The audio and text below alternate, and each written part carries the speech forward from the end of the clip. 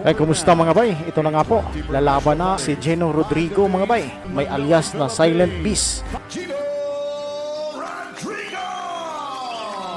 Ayan, makakalaban nga rito ng Pinoy mga bay ang undefeated American fighter na si Cain Sandoval. May malinis na kartadang 16 wins with 14 knockouts. Matindi itong kalaban ng ating pambato ngayon.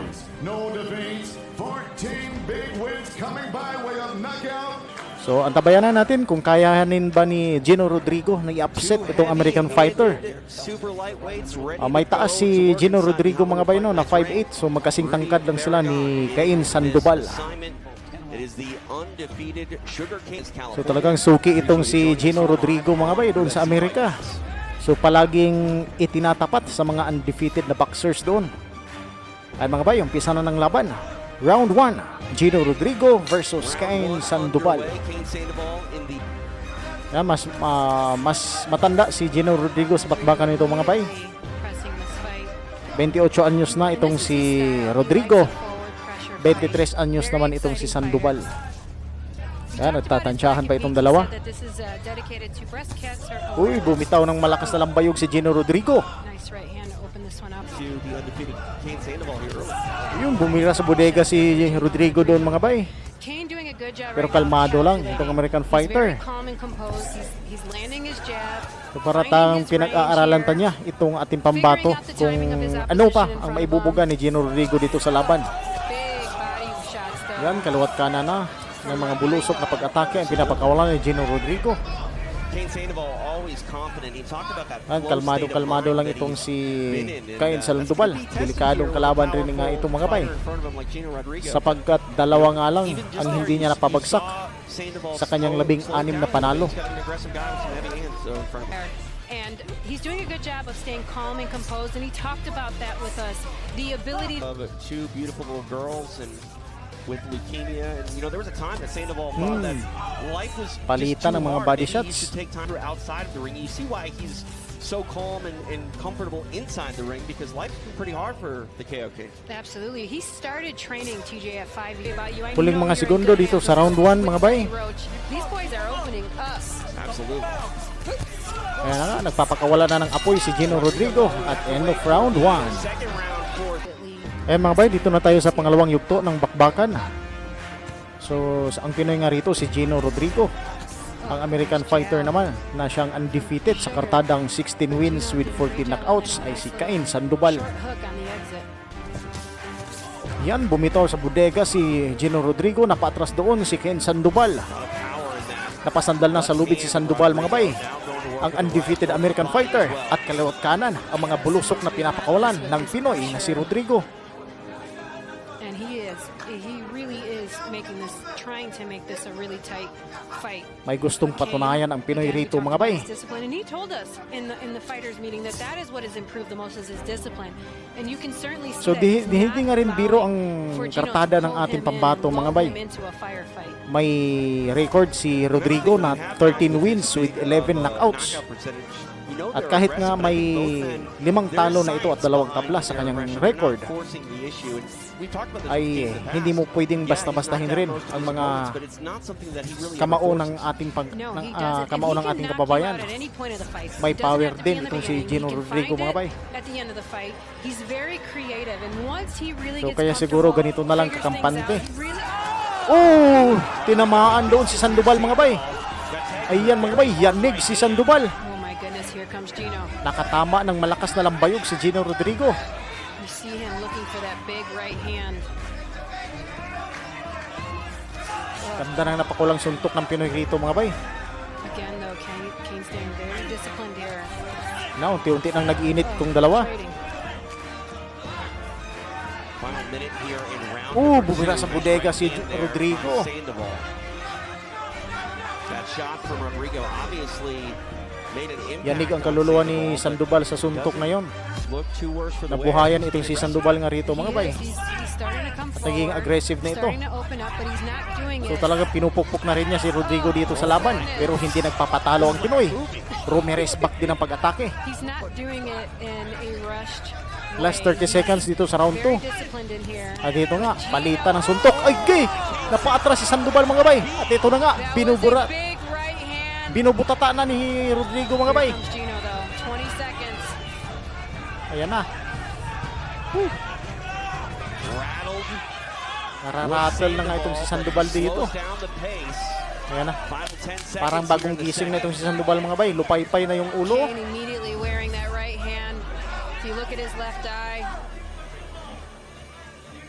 Tignan mo yung tuhod ni Sandoval dito. Second round. Ayan, tabayan na natin mga bay yung replay ng laban.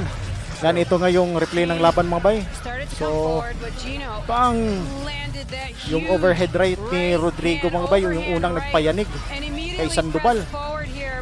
Kane did a good job though of wearing this and landing to the body. But Yan, yun naman yung geez, pangalawa that mga bay. right Munti ka nang hand bumagsak dun si Sandoval. put him on skate hands. So, nananatiling Kane is very high aware alert itong of si what his Cain opponent Sandoval mga bay. is going to weigh Para sa over Pinoy na si Gino to Rodrigo. set up his opportunity. So hanggang sa mga rounds kasi na ito ay delikado pa rin itong Set traps. kanang suntok ng Pinoy. So bagamat na sa ating naoobserbahan ay parang nanghihina na itong dalawa. Kita naman sa galawan ng kanilang mga paa na parang kalmado na nga lang itong dalawa mga bay, pero tignan mo yung kamao ni Gino Rodrigo. Yan.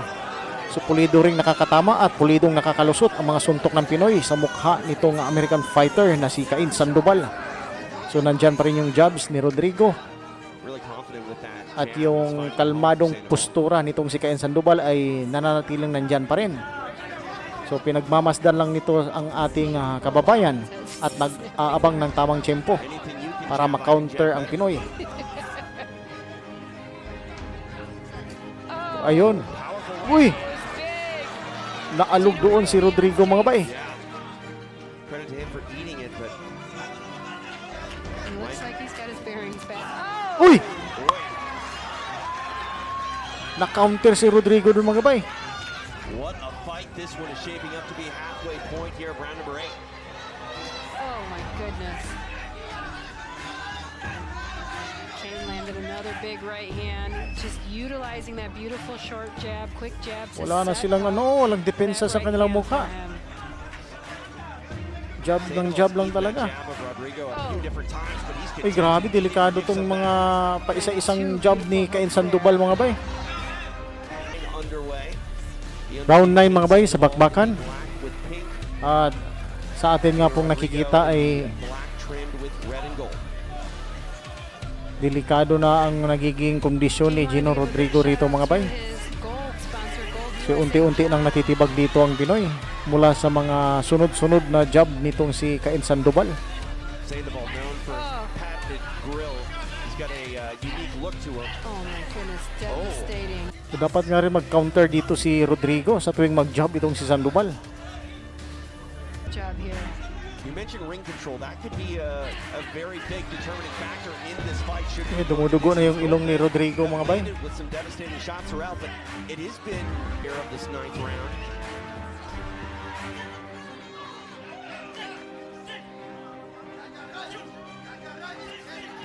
Oh, nice combination from Kane Sandoval. Kasi kung tumama ang suntok na yun ni Rodrigo mga bay. Oh. With some of his punches, and that's kind of been a trademark of his. Ayan mga bay, no? Final round na nga po. In this one, Sa laban ng Pinoy na si Gino Rodrigo versus Cain Sandoval. So antabayan po natin. Buhusan na po talaga ng lakas ang round na ito. would fight nights on So sana nga po ay makakuha ng isang upset victory itong si Gino Rodrigo Really has been a laban fun dito fight. sa undefeated American fighter na si Cain Sandoval. His best offense and a great fight in Ayan. front of Kane Sandoval. So sunod-sunod ang mga jabs na bibitawan ng dalawa. Grabe yung volume ng jabs na pinapakawalan nitong si Sandoval dito sa ating pambato. I really like that lead too from Kane. I think that it offsets the rhythm and really surprises Gino in this fight.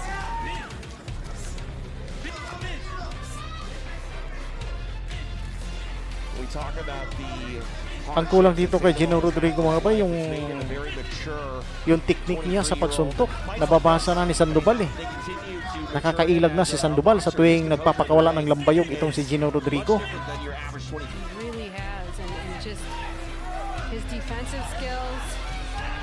His laser sharp focus here. He looks great tonight. Agay! Ay, bagsak si Gino Rodrigo mga bay. Tatlong kombinasyon ng kaliwat kanang suntok. Bagsak ang Pinoy mga bay. Itinigil na ng referee ata ng laban mga bay. Andakang salamat mga bayan hanggang sa dulo, hindi pa rin kayo bumibitaw. Nais ko pong malaman ninyong reaksyon sa ating video. Pakikomenta na po sa baba at babasahin po natin yan.